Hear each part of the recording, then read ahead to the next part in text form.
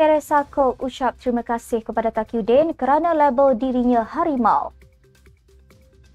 Fahmi Fadzil tegaskan tidak timbul isu ancaman kedaulatan berkait pelabuhan kapal China. Ramasamy pertahan kunjungan kapal dan pelatih dari China ke Pulau Pinang. Kerajaan lantik anak bekas Presiden PAS, Ketuai Pemulihan Kanak-kanak GISP. Pemimpin PAS dan Bersatu Perlis angkat sumpah sebagai senator di Dewan Negara. Dan ASEAN gesa semua pihak nyatakan komitmen mengenai kepentingan kekalkan keamanan di Laut Cina Selatan.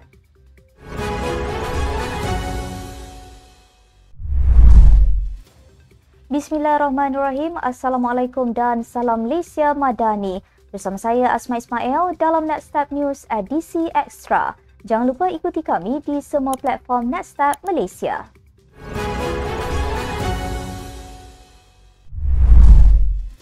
Selepas dilabel harimau oleh Taqiyuddin Hassan susulan isu pensijilan halal, Teresa Kok hari ini secara menyindir mengucapkan terima kasih kepada Setiausaha Agung PAS itu. Katanya kepada Malaysia kini, beliau juga ingin percaya bahawa dirinya seekor harimau. Enggan membahas lanjut kenyataan Taqiyuddin, ahli Parlimen Seputih itu menegaskan sentiasa mempertahankan kepentingan negara dan rakyat tanpa mengira bangsa dan negara. Katanya, tidak seperti PAS, Teresa tidak menimbulkan perpecahan demi keuntungan politik. Teresa mengulas Taqiyuddin yang mengaitkan namanya ketika membidas ahli akademik Tajuddin Muhammad Rasdi yang menyifatkan Ketua Pemuda UMNO Dr. Akmal Saleh sebagai anak kucing, manakala PAS diibaratkan seperti harimau yang mengancam negara dengan pendekatan politik mereka. Teresa turut mengingatkan perumpamaan harimau bukanlah sesuatu yang asing dalam DAP, malah pemimpin PAS sendiri pernah rapat dengan mereka pada satu masa dahulu. Jurucakap Kerajaan Perpaduan Fahmi Fadzil menegaskan soal ancaman kedaulatan negara tidak timbul susulan dua kapal tentera laut China berlabuh di Pulau Pinang. Beliau berkata kapal perang dari negara lain seperti Australia, Amerika Syarikat, China, India dan dari destinasi lain akan berlabuh di pelabuhan Malaysia. Namun semuanya mengikut protokol yang dikendalikan Wisma Putra dan dalam pengetahuan Kementerian Pertahanan.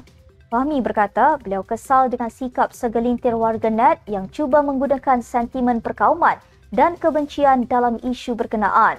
Katanya, polis dan SKMM meneliti perkara itu dan akan mengambil tindakan kepada mereka yang menyebarkan maklumat palsu. Beliau berkata ada dalam kalangan netizen juga cuba memaparkan perkara tidak benar berhubung kehadiran kapal tentera China. Semalam, Exco Pelancongan dan Ekonomi Kreatif Pulau Pinang, Wong Hon Wai, dilaporkan meminta orang ramai untuk tidak menimbulkan sebarang spekulasi berhubung kunjungan dua kapal tentera dari China bersama pelajar Naval University of China ke Pelabuhan Pulau Pinang Sabtu lepas. Sementara itu, bekas Ketua Menteri Pulau Pinang, P. Ramasamy, tampil pertahan kunjungan kapal tentera China di Pelabuhan Pulau Pinang pada Sabtu lepas. Beliau sekaligus mempersoalkan apa yang sensitif sangat selain berkata tiada apa yang perlu dibimbangi kerana ia mendapat kebenaran Kementerian Luar dan Kementerian Pertahanan. Ramasamy berkata demikian ketika diminta mengulas kenyataan pemimpin bersatu yang mempersoalkan sambutan meriah diberikan terhadap rombongan itu di saat kapal China masih menceroboh di Laut Cina Selatan. Justru katanya beliau tidak pasti apa sensitiviti yang dimaksudkan pemimpin bersatu itu. Katanya semakin banyak kapal asing melawat pelabuhan, ia lebih baik untuk mengeratkan hubungan antarabangsa. Anak kepada bekas Presiden PAS Allahyarham Fadzil Muhammad Noor iaitu Ustaz Ahmad Fawaz Fadzil dilantik mengetuai jawatankuasa bagi membentuk modul silibus pemulihan akidah kanak-kanak GISP yang diselamatkan pihak berkuasa baru-baru ini. Difahamkan beliau adalah ahli lembaga pengarah Majlis Agama Islam Wilayah Persekutuan MAWIP. Menurut Menteri di Jabatan Perdana Menteri Hal Ehwal Agama, Dr. Muhammad Naim Mokhtar, Ahmad Fawaz dipilih mengetuai 6 pakar akidah dalam jawatan kuasa berkenaan.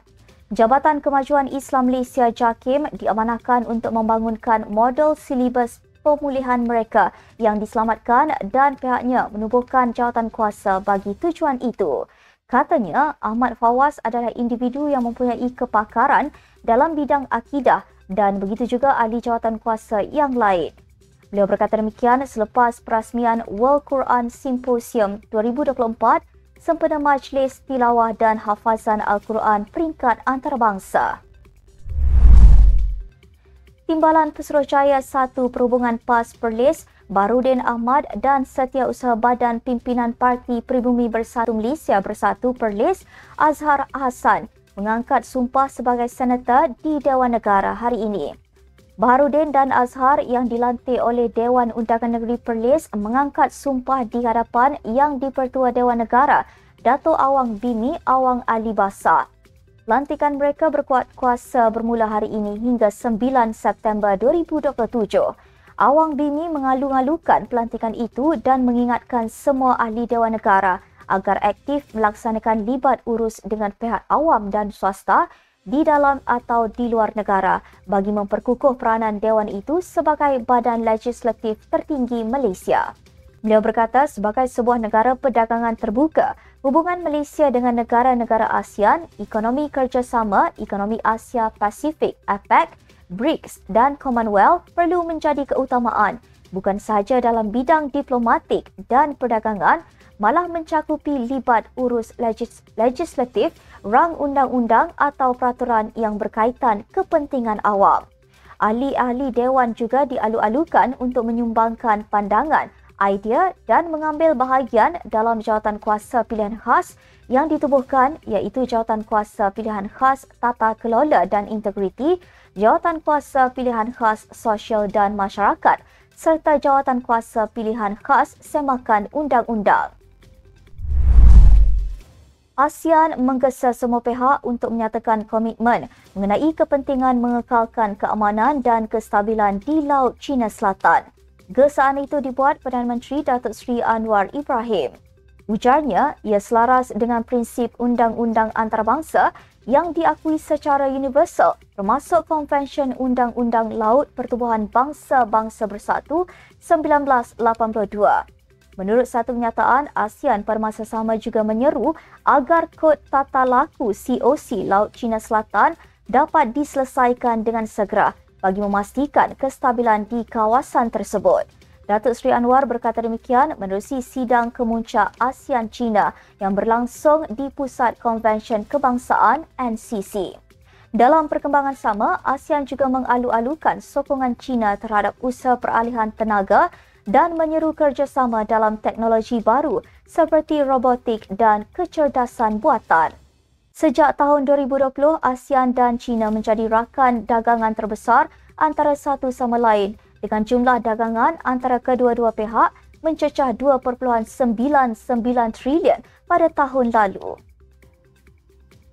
Sekian untuk edisi Extra ini. Ikuti perkembangan semasa isu-isu panas politik Malaysia setiap hari hanya di Nextstep News. Jangan lupa untuk follow Facebook Nextstep Malaysia dan subscribe YouTube Nextstep TV. Nextstep Malaysia bersama melangkah dengan yakin. Saya Asma Ismail. Assalamualaikum dan salam sejahtera.